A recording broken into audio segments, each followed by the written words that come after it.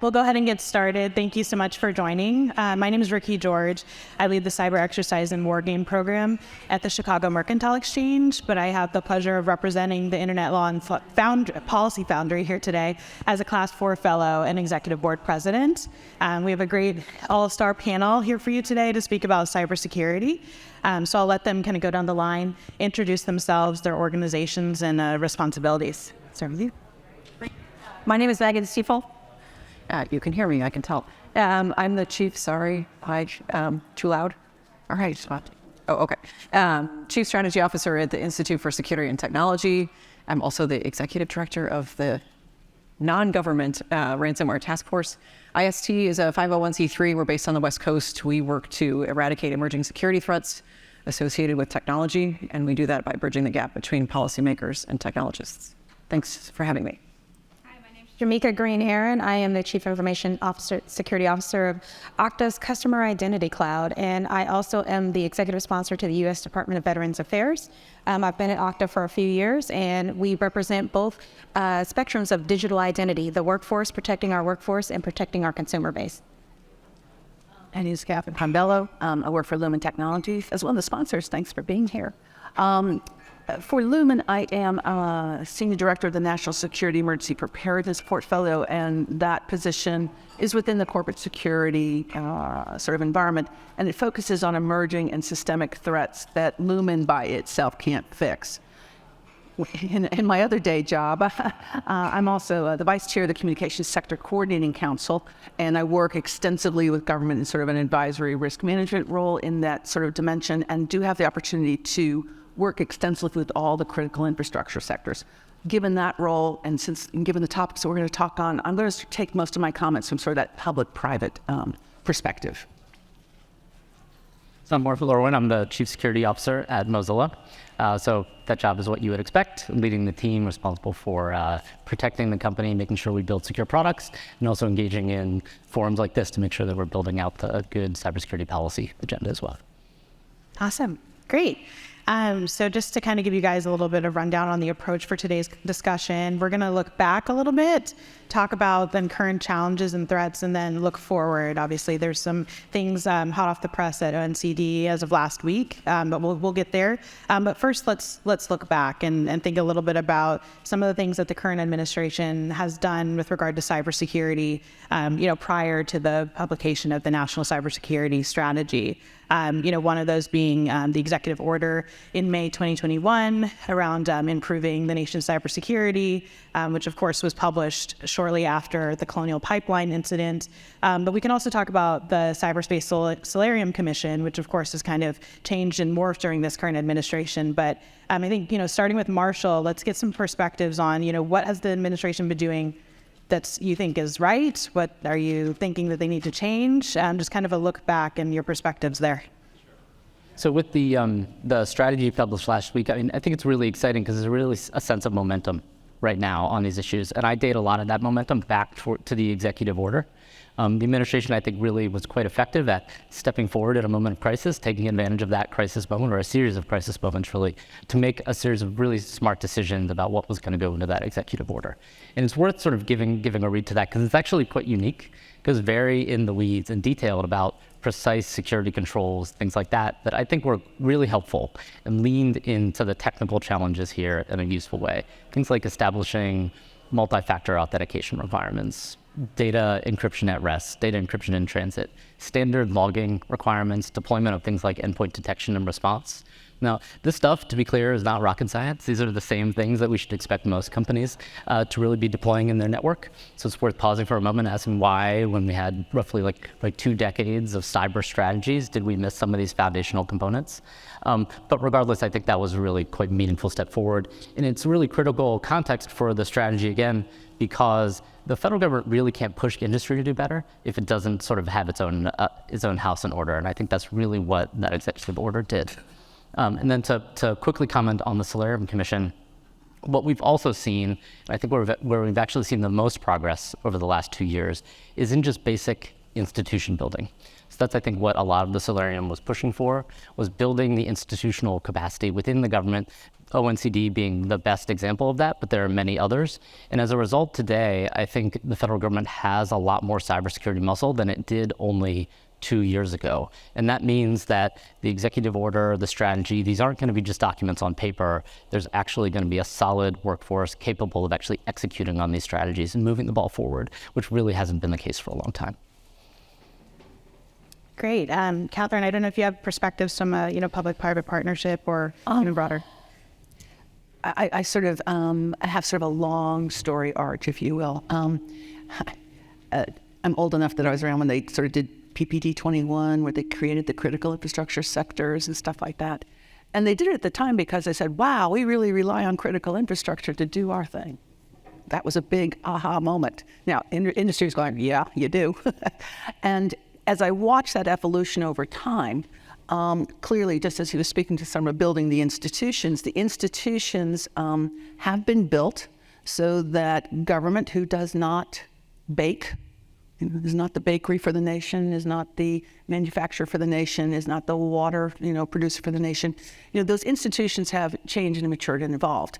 And I think that it was perhaps with the Solarian Commission in particular, where we really sort of saw for the first time, bringing industry into this, because there was actually on this commission a private industry person. I would like to formally thank Tom Fanning with Southern Company in the electric sector for participating in that, and for using his position in that commission, and also his position as one of the chairs of the energy sector, to reach out to other sectors to go, government's thinking about this, does this make sense? That sort of, does this make sense? Because what government does not necessarily make sense for industry. When the executive order came out, and this is where Lumen as a customer, Lumen as a vendor to government sort of went, this is what our customers are going to be needing. This is what we're going to need to be supporting. And as sort of an extensibility of that, if our government customers have to do zero trust, well, we better be doing zero trust too. If they're doing SBOM, we're doing SBOM. Because we have to feed them, they have to feed us, and we needed to stand shoulder to shoulder. What I look at, and as I look at the arch, and is with the newest cybersecurity strategy, once again, I see sort of a common drumbeat. This is not a topic that's going away. This is not going to be an issue that we as a nation can avoid, defer, or kick the can on. The environment has changed. And whereas it used to be happy, glad company, and let's go create an app and, wreck $1 billion and I'm 12 years old, now, okay, be 12 years old, create an app, but what's the security on that, So for me, when I look at sort of the long-term arch of it, what I'm seeing consistently is a drumbeat towards, no, we really have to, be much more sophisticated about these things, and it's a whole of nation, and that's everybody involved. Back to you. No, that's a great perspective. Thank you. I know, and Jameeka, from your perspective at Okta, right? What do you think about what's happened in the past couple of years leading up to this new national cybersecurity strategy? I think what the Biden-Harris administration, which we are grateful for this, has done is highlight, and both of you have also highlighted the need for additional public-private partnership. What we're doing with this new executive order and now the strategy is taking the vision and putting it into action and actionable items and real implementation. And I think that there shouldn't be a panic around this strategy. I think that ultimately when you set the vision, you are setting the path towards the future. And that's what this administration has done. They've set the path towards the future. And the future, how that manifests is in many different ways. Right now, when we look at this space, 70% of global governments have already implemented at least one tenet of zero trust architecture. So that means they've either looked at identity, which is the first pillar, they've looked at design or device, and they've also looked at infrastructure and implementation. And they've said, we have a plan to implement at least one of these things. What our government is saying is that this is the future. And so when we reinforce this with a national cyber strategy or with the FedRAMP Authorization Act, which sets FedRAMP into law, we are saying that we are doubling down on that drumbeat that says, yes, this is the future. Cybersecurity is important. It's not going away. Not only is it not going away, we would like to see more by design. We'd like to see secure by design. We'd like to see privacy by design. And I think that this new strategy that's out is really honing the path ahead. That's great. That's great. So Megan, from a civil society perspective, what's the last few years been like? What are your comments on what the administration's done, the EO, and things leading up to today? I think it's to echo the points that some of the other panelists have made, I do agree that it's been a steady drumbeat. I will take the Wayback Machine further back to CNCI, which was the Comprehensive National Cybersecurity Initiative. Some of us called it Lucky 77.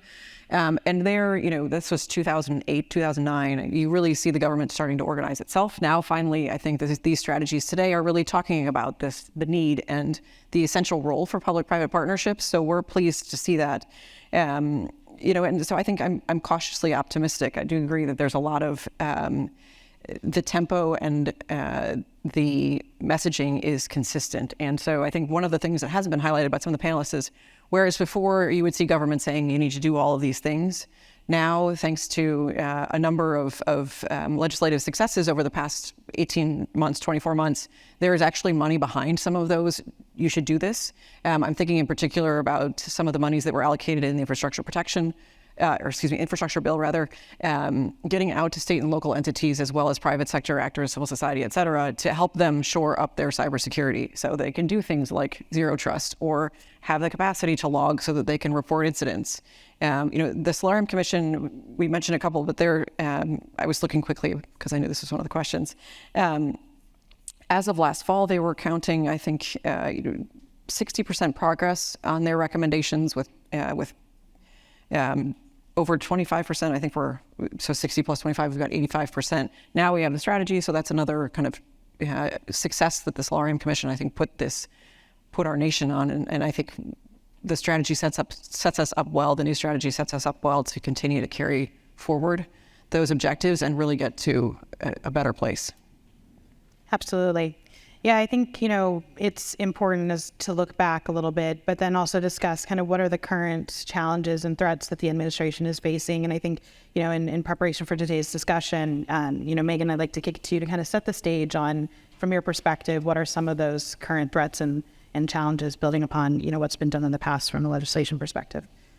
Sure. I mean, I think, fortunately, not much has changed in some ways in the sense that we're still talking about the big four: Russia, China, Iran, North Korea. What has changed is that they haven't slowed down. The pace of particularly Chinese activities continues. We can talk about balloons. I actually live in South Carolina, a little secret, and didn't see it go down, but the number of incidents that we are visibly seeing now from China, whereas before, on the Wayback Machine, we would, from when I was in government, go around telling industry, you really need to be worried about the Chinese. And people would sort of look at you like, what?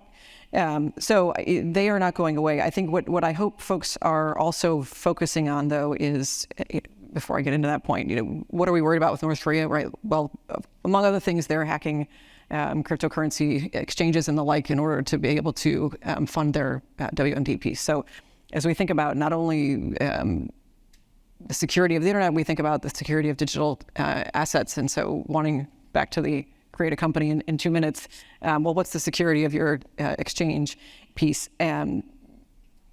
As I mentioned when I introduced myself, I do serve as the executive director of the Ransomware Task Force. And the message really is to say ransomware has not gone away. Just because Colonial was almost 2 years ago, ransomware continues to be a major problem. The reason we don't see it as much is a multifold set of issues. But I think, among other things, we should not grow complacent both on the ransomware front, but also on the scale and scope of Russian activities. Many want to say that, look, we didn't have cyber war in Ukraine. Well, let's not be naive about that. A lot of credit, I think, goes to the administration for getting the Shields Up campaign going and helping industry prepare and know what was coming.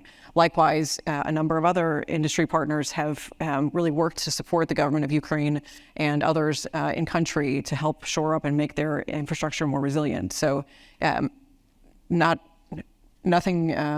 good news there, unfortunately. Definitely, yeah. The actors are going to stay busy as they always do.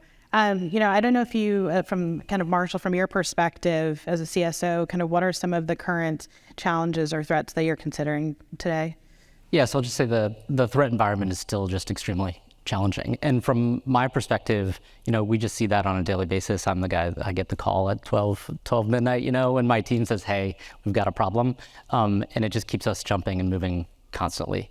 I think just from a defensive perspective, like most enterprises today are very complex, and that includes Mozilla, but I think it's the various pieces of technology that we have integrated into our internal network, and then the vectors that creates for compromise just creates a very challenging environment for us. You combine that with just a diversity of threat actors, even when you're not including the potential state actors, which are the most sophisticated, which are the ones that are going to get in and have persistence. So it's still very challenging. Like I spoke earlier, I think we've made some real progress at getting the defenses up, both in industry and in government, but there's still more left to do than we've done, and it's still pretty challenging. Absolutely. Kathryn, you spoke about, some of the sector coordinating bodies. I'd be interested to get your perspective on, in those communities, what are some of the key challenges and threats that you guys might be discussing amongst yourselves? What I have found, I've been doing this now sort of thing for about 10 years. Thank you, Lumen. It's an environment where, I'm communications sector, I'm a big ISP, I'm a global backbone, and then there, in my sector at least, there are small network service providers that have literally, 35 employees, and they take care of 5,000 square miles in Montana. Okay, so it's a different sort of scale thing. So we're always trying to reconcile sort of we understand, I see philosophically what the threat is, but how do you manifest, so what are you going to do about it? And there's always a lot of reconciliation even within the sector, between the cable guys, the wireless guys, the wireline guys, the satellite guys, the broadcasters. What's our solution? What's our approach for fixing it? And then you have to add the added dimension of, small versus big. Well, that's just one sector. Let's get to 16 and 18. And so while you can see the intent and you see the goals of government to reduce risk, mitigate, increase resiliency, being able to create a taxonomy so that the energy guys are doing this, and by the way, the nuclear guys are doing 1A, and the oil and gas are doing 1B, and the electric guys are doing 1C.1 if they're generation versus distribution versus transmission, you start to see sort of to your point, the complexity of trying to reconcile, this is the goal, this is the objective, now how do we all interpret it so that we can all move towards that goal? I think the biggest challenge to the threat is not so much that we don't understand the threat, but can we move quickly enough and in sort of a not a lockstep, but in sort of a steady step fashion so that all of us are, raising the boats at the same time. That's, I think, the struggle. Yeah, absolutely. And Jameeka, as a CISO, right, similar to Marshall, I'm sure those late night calls are nothing that are foreign to you. I'd be interested to get your perspective, especially in relation to authentication and the work that your company does addressing threats. Absolutely. So I think one of the things that we've done really well is we're really good at protecting the workforce and protecting our employees. But what this new cyber strategy is saying, the accountability for protecting the consumer is also our responsibility. And I think at Okta, we really take that responsibility seriously. So what am I seeing in this space? I like to call them my big three. We have a report called the State of Secure Identity. It's focused specifically on customer identity and access management, which is CIAM acronym. And what we're seeing in our big three is fraudulent registrations, which is actually going in and taking advantage of one-time use passwords, credentials, and actually aligning those to the threat actors' intentions and doing fraudulent registrations. Credential stuffing, taking advantage of the idea that users are creatures of habit. And so when you are able to compromise one set of credentials in one environment, you lift and shift those over to another environment. Credential stuffing is incredibly successful. It accounted for over 30% of logins within the first 90 days of 2022. We're seeing similar but higher numbers in 2023. And then finally, fraudulent registrations, just focused around an MFA bypass. So both of those two together, focused around this idea that people get tired. They have MFA fatigue, and so they're starting to use later vectors in that space. And so what are we actually doing about that? Because the accountability is on us. Really enabling use of frictionless access to consumer spaces. So what does that actually mean? Enabling CAPTCHA, enabling one-time passwords, biometrics are going to be critically important. Enabling the use of frictionless login technologies in commercial spaces is really going to be a big deal. And that's the work that we're doing. I think that the accountability is on big business to really be focused on protecting the consumer. And so that's the space that I'm really looking at right now. My team is always busy. The nation state actors are pretty thorough. They're working together. And I think when I think about what are the organizations that are going to help us do this work, one of the reasons why you're not hearing about ransomware as much is because CISOs aren't disclosing it. And the reason that they're not disclosing it is because when we disclose, it's often punitive. We have to get away from this idea that it's punitive and understand that the collective is better than any one individual organization. And so when I think about working with organizations like Jen Easterly over at SUSE, they are making it so that things are not punitive for us. We're able to disclose. And one of the big things that's in the news right now is Dole. Dole is suffering from a pretty significant attack. And there should have been a rally cry of security professionals throughout industry to come and help Dole. Dole is critical infrastructure with our food. And so this is something that it didn't rise to the heights of SolarWinds, but maybe it should have, because it's critical infrastructure. That's a really good point. And I think it's a good place for us to transition now to the new cyber strategy that was published last week. Before going into that, I think it's important for those that maybe didn't take that on as a reading assignment over the weekend. There are 5 key pillars in that report, right? The first one being defending critical infrastructure, the second being disrupting and dismantling threat actors, the third being shaping market forces to drive security and resilience, and then also investing in a resilient future, and then forging international partnerships. Hopefully you can still hear me, to pursue shared goals, right? And so that is those pillars cover a lot of territory. I think it'll keep people busy for a long time, right, to consider challenges and things in that area. But I guess starting with you, Megan, I'd like to get your perspective on, what did you think of the report, right? What's in there that, normally tracks with what you're looking at, what's not in there, what surprised you? I think your kind of first reaction. My first reaction was I think it's bold in all the right ways. It is carrying forward, as Kathryn said and others have said, the common messages and common best practices and common elements of prior strategies, but where I think we are finally, it took us longer than many of us would have liked to get here. We are finally to a place where we're talking honestly about incentives and the marketplace. So I think that the things that most please me, in addition to the incentives piece, and thinking about giving a dual-tracked approach of putting responsibility in the right place with regard to security, and particularly thinking about software development, but also hardware development, but also thinking about safe harbors. There are a lot of companies that do the right thing, and they shouldn't be penalized, to your point, for having done the right thing and still fallen victim to the nation state actors. We, as an organization that has been supportive and advocating for closer collaboration with between industry and government, are particularly thrilled with the disruption piece of this. Operational collaboration is something that we can do very well as partners, but we are still suffering from some limitations when it comes to scale and consistency. We still need to build capacity both within industry and government and between these two stakeholder groups, and really it's a much broader stakeholder set than that, to do disruption, get information into the right hands, and, not to sound too militaristic about this, but take the fight to the threat actors in close collaboration. It's not that we're, doing everything at every second together. There are very good reasons why certain information doesn't leave certain places. But that shouldn't be the norm, and that shouldn't be kind of the rule. And I think it's particularly refreshing and optimistic to see the administration take this idea on of saying, at the bottom of the discussion around disruption, we're going to get through some of these administrative barriers because there is a will on both sides of this.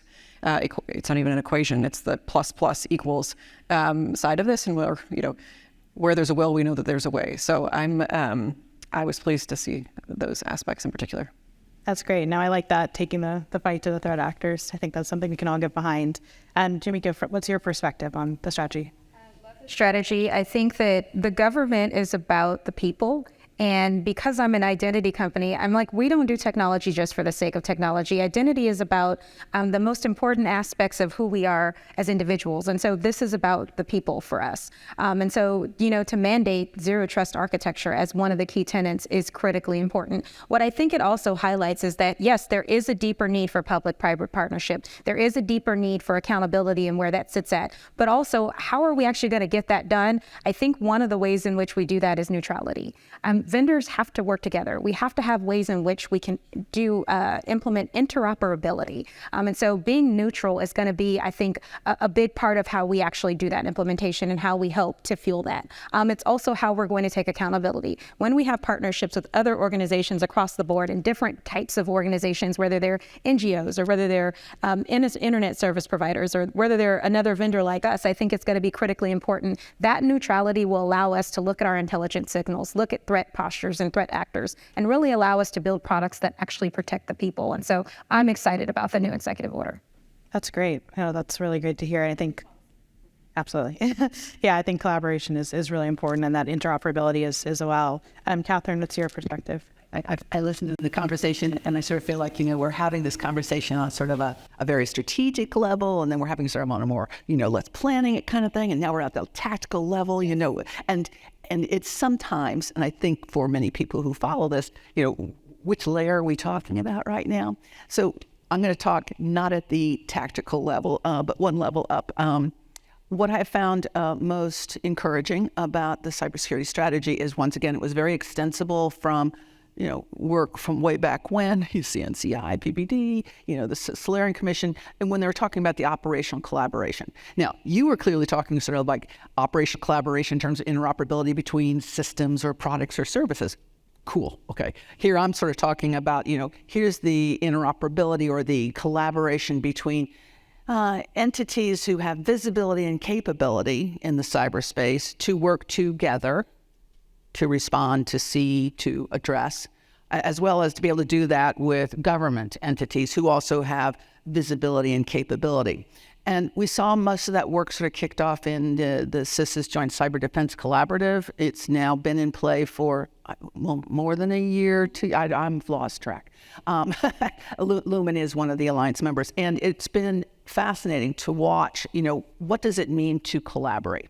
Folks, I just want to tell you right now, we're on all the channels in that environment. It's quiet. It's quiet.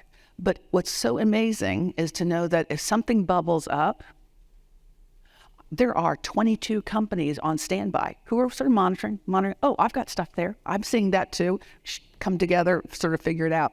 So this sort of, it's a new practice at a higher level. It's not as sort of like, is it interoperable between, Apple and Microsoft OSs and stuff like that. This is sort of I see this, can I contribute to solving this problem? I see that, can I contribute to solving this problem? And the fact that there's now a domain where one can do that and not only work with, some, the most capable and agile entities, but also to be able to collaborate with government has been amazing. It was incredibly fruitful through the Russia-Ukraine for situational awareness. It was fruitful in terms of mitigating some of the issues that were happening overseas. And definitely one where I think we will continue to sort of build on those playbooks as we move forward. And I think the interoperability that you're talking about and the interoperability that I'm talking about is the same, because we're feeding signals at different levels. And so there's this tactical level that feeds signals at upper levels. And so I'm talking about a more foundational interoperability, but I am also speaking to organizations like CISA, where when we have that level of interoperability at a foundational base, we also have it at the higher levels. That's a great point. Marshall, from your perspective, right? What stood out to you from the strategy? Yeah, so I'm just going to shift back to the tactical level, maybe even like even more tactical. We're all keeping straight about where. Yeah, so it's more like, so the two things I want to call out, little pieces of the strategy that I liked a lot. The first was the call out to support modernizing the core internet protocols that drive a lot of how we communicate online today. So one of the key pieces that call outs there was the DNS system, which is just incredibly out of date. Mozilla, we've done a lot of work to build basically a more secure DNS system, what we call DOE, or DNS over HTTPS. And we have actually deployed that in the Firefox browser. That's been a very heavy lift for a variety of reasons. So if you're a Firefox user, your DNS queries when they leave your device are encrypted. For the rest of you, however, they're probably still leaving your device in clear text. So good call out to switch your browser, but also why I think this focus on the underlying security protocols of the internet are really quite critical. The other piece I want to call out is, we mentioned earlier, the software reliability focus, which I am both excited about, but also a little nervous about. Excited because I think this basic idea that companies need a stronger incentive to build products securely is right. And so putting like a liability structure in place there, I think is a pretty sensible approach. The challenge, however, being, and like I think everyone already knows this, all software has vulnerabilities. And so you need to create a safe harbor such that as long as you meet some baseline set of security controls, if you meet that baseline set, you won't be liable. And then the challenge then is, okay, what's the baseline? And I think that's really going to be a challenge. And like I said, it's going to be easy to get wrong. So for example, Mozilla, we established the first private bug bounty program in the country almost 20 years ago. So that's a good indication. Like that's a pretty standard requirement. Everyone knows what it is. I think that's the type of thing that I would like to see in that safe harbor. But the list will get longer and longer. And as it gets longer, it gets more complex. And the more complex it gets, the more failure prone it's going to be. So we really need to set that threshold correctly. Yeah, absolutely. So I think before we go into questions from the audience, I want to kind of look a little bit further forward, right, and get your perspectives on what might be on the horizon. So Kathryn, I'll start with you. With this new strategy being released and in hand, what are you looking forward to or thinking about trying to kind of drive forward with regard to Lumen or broader sector-wide efforts? What's on the horizon? I think the two key elements, and you pinged on one of them in the strategy, is the relook at the underlying internet protocols. Wow. That means we have to get the entire world to change, okay? So I know that the focus sort of at an advisory level right now is going to be, what's the problem you want to solve with DNS or Border Gateway Pro? What's the problem you want to solve? Because these are going to have to go through global standards to be able to be reconciled, put into computers and operating systems. So this is a big problem, to be able to have a clear vision of what's the goal as we start to evolve these relatively old standards into something that's now next generation. That's going to require a lot of talk. Slightly more, okay, we need to start moving on this now. We're also thinking very much about the post-quantum environment. So if you haven't already started figuring out where all your data is and where that data lies and how much you care about it and what's currently encrypting it, so that you can at some point, because it's a big yin-yang between your vendors, your partners, your suppliers, as to what is the quantum resistant algorithm that's going to be using that you're going to have to put into your system, well, you better start thinking about it now, because I think it's better to be prepared and to know what you're up against. So we're all in sort of a quantum 2K kind of mode. Back to you. Yeah, absolutely. So what's your perspective from Okta on kind of what's on the horizon? What are you thinking about looking ahead for?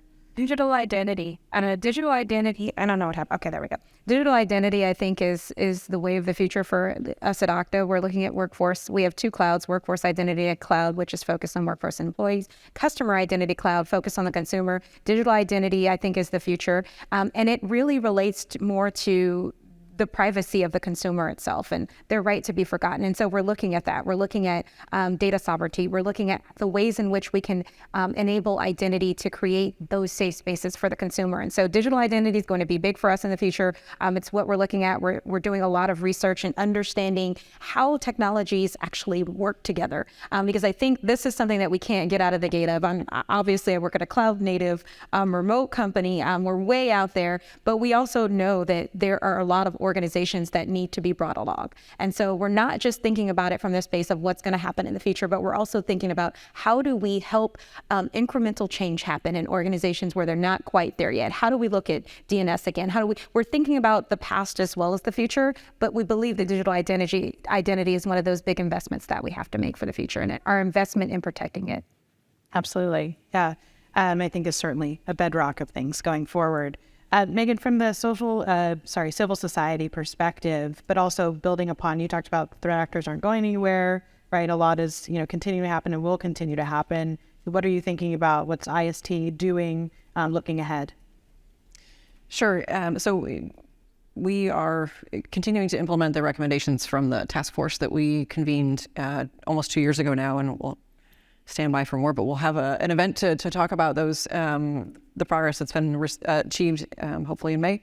But among the things that we're working at in the work of the task force is to look at hygiene. So we developed something called the Blueprint for Ransomware Defense, thinking about especially small and medium-sized enterprises, how can they better equip themselves to manage ransomware, probably when it happens, not if it happens.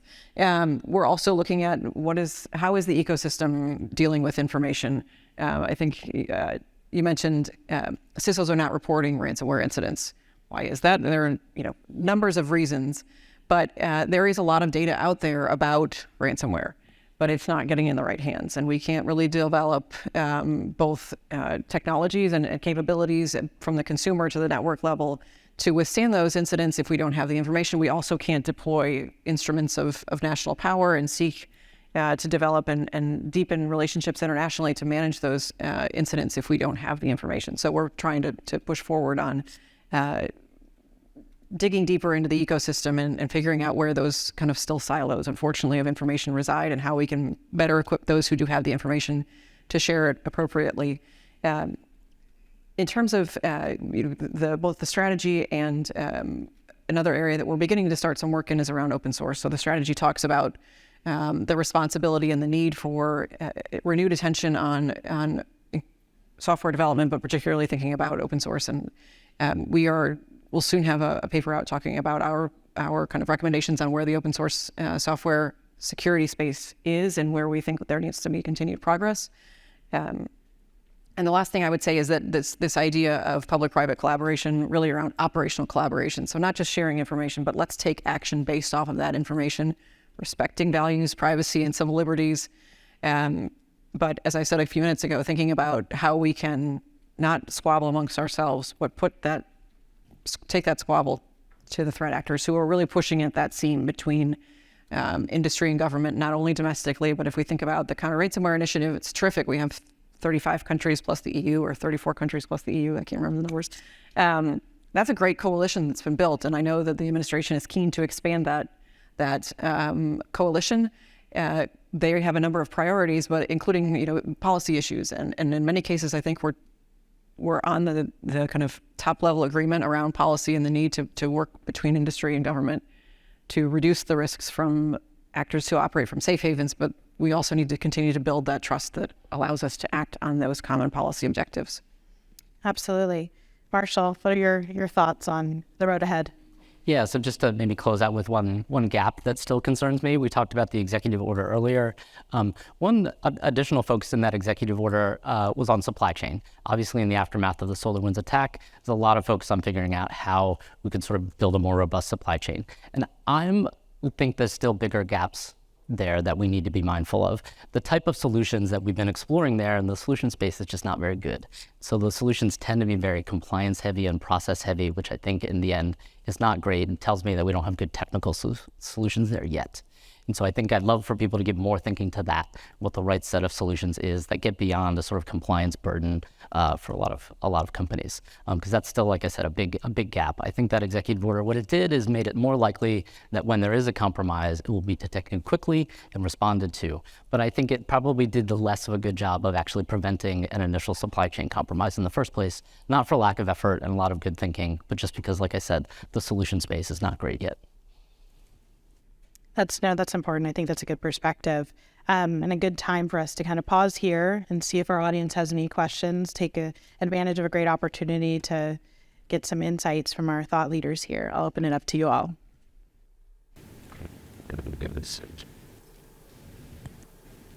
Somebody's back there. Is there someone I'm not seeing back there? Can we go ahead and stand up? Very good to neighbors. Talk out loud. In studies in I think you guys were a wonderful panel that was really well thought out dissemination of the administration. Just reading around, where they're leaking and future cyber incidents. And I think it's such a maturation, especially when looking at, this is such a private sector and the responsibilities that they carry in trying to help the consumer. I want to throw this a little bit out like we have these issues around privacy, what happens worship really, we have questions up at the air in terms of what happens when we don't have responsible governance for partners, potentially, a bizarro world, for instance. How do you think that this might coincide in things like identity access or, centralizing lots of data, so like foreign nation states can analyze the follower and up to you. gotten there yet? Do you think it's something that the people have to focus on? I think we have gotten there. I think, the way that the legislation around data sovereignty and privacy isn't new. GDPR isn't new. And I think that when legislation is enacted that says that we must protect privacy, then that's the legislation that we have to follow. I think so for us as an organization that focuses on identity, our goals are the goals of the organizations that we support and that we build for. And we're a global company. We do 40 to 50% of our business internationally. And so privacy isn't a new part of it. I think it is starting to be a consumer expectation, one that we have to live up to. And so whatever it is, whatever organizations and companies that we support, we also have to support all the legislation around privacy that relates to the consumer. And so yes, we're thinking about it all the time because it's the same privacy that's violated in the way that you speak of. That's what the threat actors are looking for. They're looking for critical information around users. They're looking for social security numbers. They're looking for even IP addresses in many countries are protected by privacy. And so it really is up to us to be thinking about this, and we are. And so we really want to make sure that the legislation around privacy, the laws around privacy, that we implement that into the design and the architecture of our products, and we are doing that. Again, identity is about people. It's not technology for the sake of technology. And so our number one goal is to protect the people that we serve. To protect products.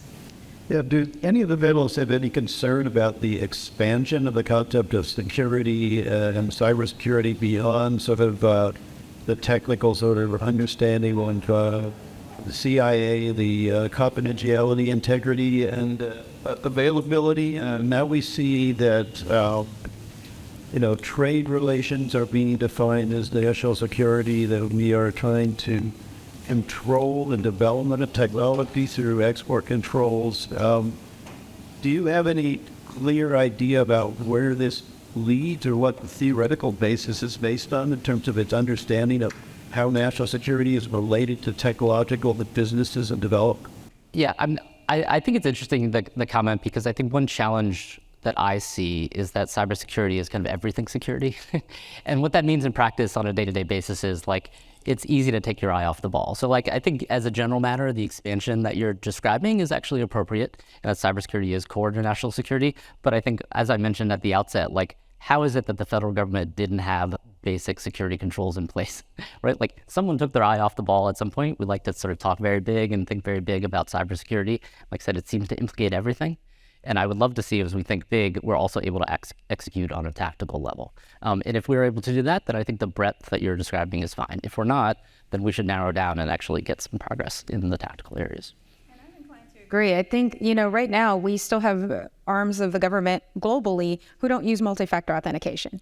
And so when we look at this executive order, I'm looking at it at the base level. I'm not looking at it to be evasive or to obfuscate information that should be available to the public. I'm looking at just the basics of protecting identity. And this is just when we think about what threat vectors and what attacks are effective, employees are still the number one threat vector, and they're still the number one payload delivery. And a lot of that can be protected by multi-factor authentication, which we still don't have widely deployed. And so I think you're thinking, to your point, you're thinking super high level around our ability to make information available. And we're looking at the base level of just get these base level controls in place. That's where we are right now. We're looking at a policy that says, let's get these base level vector of security controls in place. I think, yes, as we grow, this is something that should be of concern, but right now we're just not there. It's still, really, really basic rudimentary cybersecurity. As one to follow up on this, if you're already in an environment where we have gone from we're using cyber for cool things to we use cyber to run everything.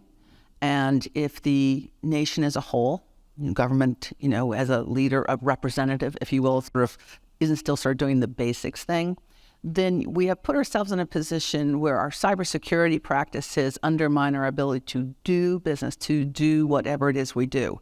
And if we have not paid enough attention to doing the fundamental core things that make our company, whatever makes it important, whether power or whatever, if we haven't done those basic things, then we're undermining our economic security. And if our economic security is undermined because power things go down, or another colonial explodes, or there's another big, problem with, one of the major operating systems, then we as a nation are in an undermined position, and therefore that impacts our national security. So I see the string, but to their points, you have to start with, did you lock the door?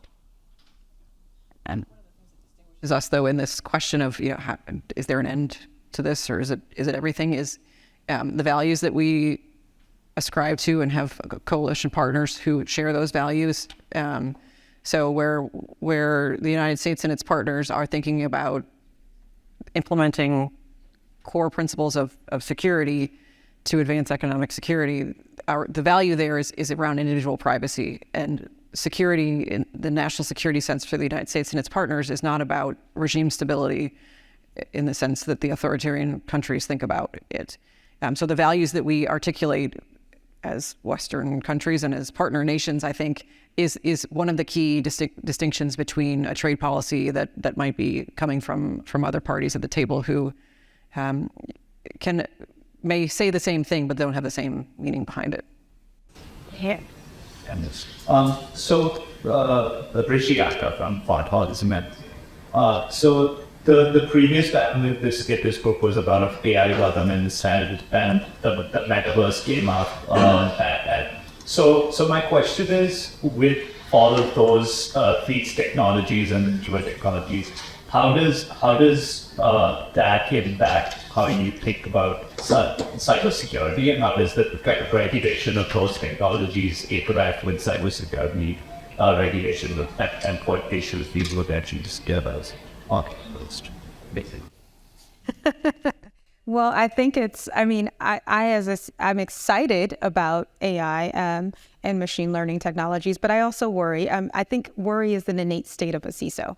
And so, that's just a part of my fiber of who I am. I worry because with every new technology, the threat actor is always thinking as much as we are thinking about using it. And so I worry that we will not get ahead of the awareness around what can be done with AI. I worry about source code being dropped there. I worry about its ability to code very quickly and very accurately. So I worry in that space that will become another vector for threat actors to deliver payloads and to deliver information, to deliver into our code and into our by design process, payloads that potentially could turn into SolarWinds or Stuxnet. I do worry, but I also believe that it is our job, while we worry, to continue to drive innovation. And so for us, ChatGPT is one of our new customers, and they are flexing our engineering team in an incredible way that will enable innovation through the login box. And so while I am worried, I'm also balancing that with this idea that the greater good is so much more important. And so, yes, I worry, but I worry in the same way that I worry at some point, our CIC, our Auth0 technology was also the thing that people worried about. And then we came in very quickly and said, no, we're going to shore up security for it. I think we have to do the same. If we don't, it will become, and I hate to use this example, but it's a great example. People really loved that Bitcoin was unregulated. They loved it until they didn't. And now the fact that it was unregulated and uninsured has become a really big problem for citizens globally. We don't want ChatGPT to be the next FTX. We don't. And so if we don't want that to happen, we have to engage early, often, and make sure that it doesn't become our next big threat vector. So I'm excited about it, but I also know that there's a right level of worry around security, to your point. I think one of the points that's both articulated in the strategy and I think also in the speech that Director Easterly gave at Carnegie Mellon last week is this idea of where do we advance security around these new technologies? Are we as both civil society, industry, and governments at those conversations around the standards development organizations? And I think, unfortunately, I worry that we are now paying it back a little. So we're coming from a net deficit. But what I heard in the strategy and in Director Easterly's speech last week was really kind of encouraging again industry to come and regain the kind of leadership role in the standards development organizations, again, to articulate a number of things, including the values that we are building into companies and harnessing those values and advancing innovation that is actually consumer-centric and privacy and security facing. Can I just jump in quickly on this? I'll just say, like, I really appreciate these comments. The contrast to cryptocurrency, I think, is interesting, though, because I will highlight, sorry, just to be a little sharp at the moment, like, blockchain's kind of a useless technology. And so when the market there collapsed, the potential implications were fairly contained.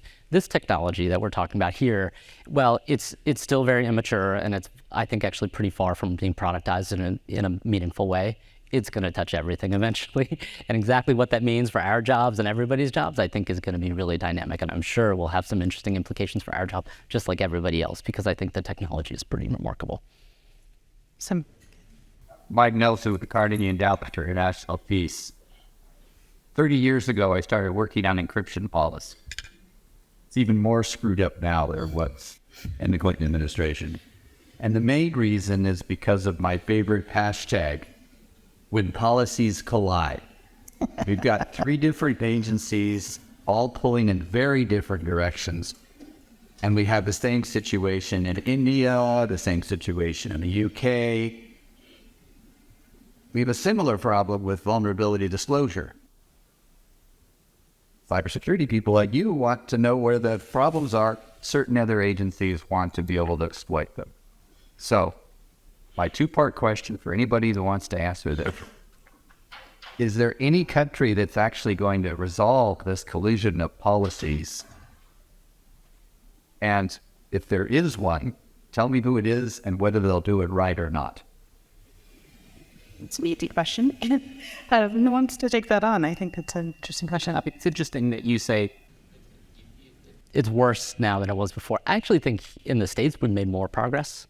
And actually the challenge I see globally is that we haven't seen, we've had a very robust debate here for a long time, and that hasn't landed in any particular sort of statutory framework, but I think there's sort of this détente at this point where everyone's like, actually, cybersecurity world is kind of a mess. We're going to be pro-encryption.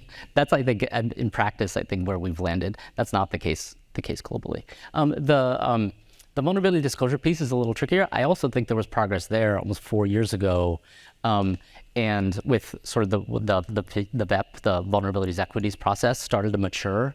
And now it seems to have receded a little bit. And I think there's probably, if we sort of look under the hood and look at what's really happening in government, I suspect there's been some backstepping there.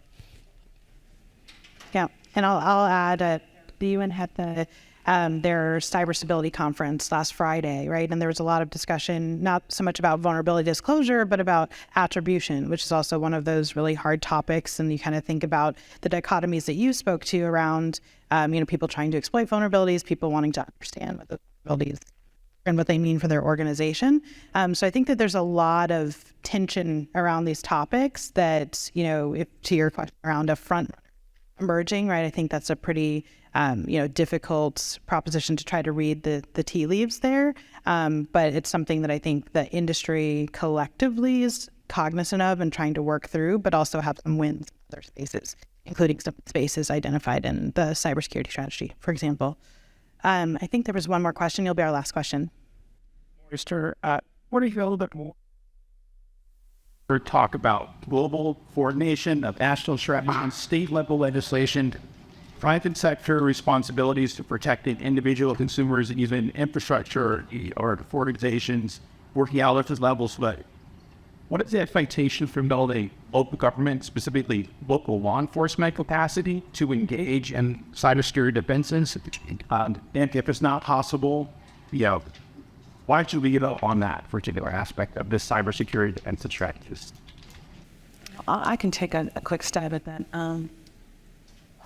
One, there is a state, local, tribal, territorial government coordinating council that we do get to hang out with a little bit. What we increasingly see as industry, the critical infrastructure sectors, is increasingly, the desire and the ability and the willingness for federal goals to be manifested in grants, monies, whatever, which end up being administered at the state, which end up harmonizing some of the whether it's resiliency goals or cybersecurity goals in not only their own state level or local level infrastructure, but also some of the infrastructures in that area. Certainly the broadband grant program is a poster child for that. Where I think the frustration lies is that, and it's a frustration shared by virtually every company on earth, unless you were, someone the size of Google or something like that, is that, it's not your normal job. This is not your normal job. And so I think what we're increasingly seeing, and I think it's teased out, certainly in the Solarian Commission as well as in the strategy, the idea that, that those who have the capability need to make it as streamlined and as easy as possible to be able to, whether, lock down the K through 12 systems, or alternatively, to be able to have the local county police understand that, no, that data center around the corner is really important. And if you see weird things in the area, you might want to answer the call quickly. We're seeing that extensibility, that going deep increasingly. Are we there yet? No. But the fact that we're seeing it manifested in exercises, we're seeing it exercised in grant programs, is, in my mind, huge progress. I would add that this new strategy is one that can be adopted at the federal, state, and local level. It's not one of those strategies that is so granular that nobody can figure out how to do it. These are simple, high level, not even high level, these are simple, foundational recommendations around how cybersecurity can be implemented, how data can be protected, how it can be encrypted at rest, how it can be, these are really simple. And so for a federal, state, or local government, multi-factor authentication, zero trust, these are things that everyone should be thinking about for the future. And so federal, state, and local governments shouldn't feel like this is too hard for them. This is the type of strategy that will allow for a leader-follower model. And I think this is one that we should really take a look at and say, they've got it right at the federal level. And so this is one that we should follow. Maurice, for those of you who don't know, Craig Newmark, the philanthropist, has stood up something called the Cyber Civil Defense. And so he's looking at, equipping civil society, largely nonprofits, to better secure themselves, and supporting us and a number of other nonprofits and helping to kind of push security down to the local level.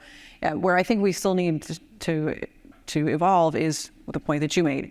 One of the points that you made, local law enforcement is still not in the position it needs to be. And I think we do have a bit of, I think Director Easterly and her predecessor, Chris Krebs, would say CISA's role is in the field.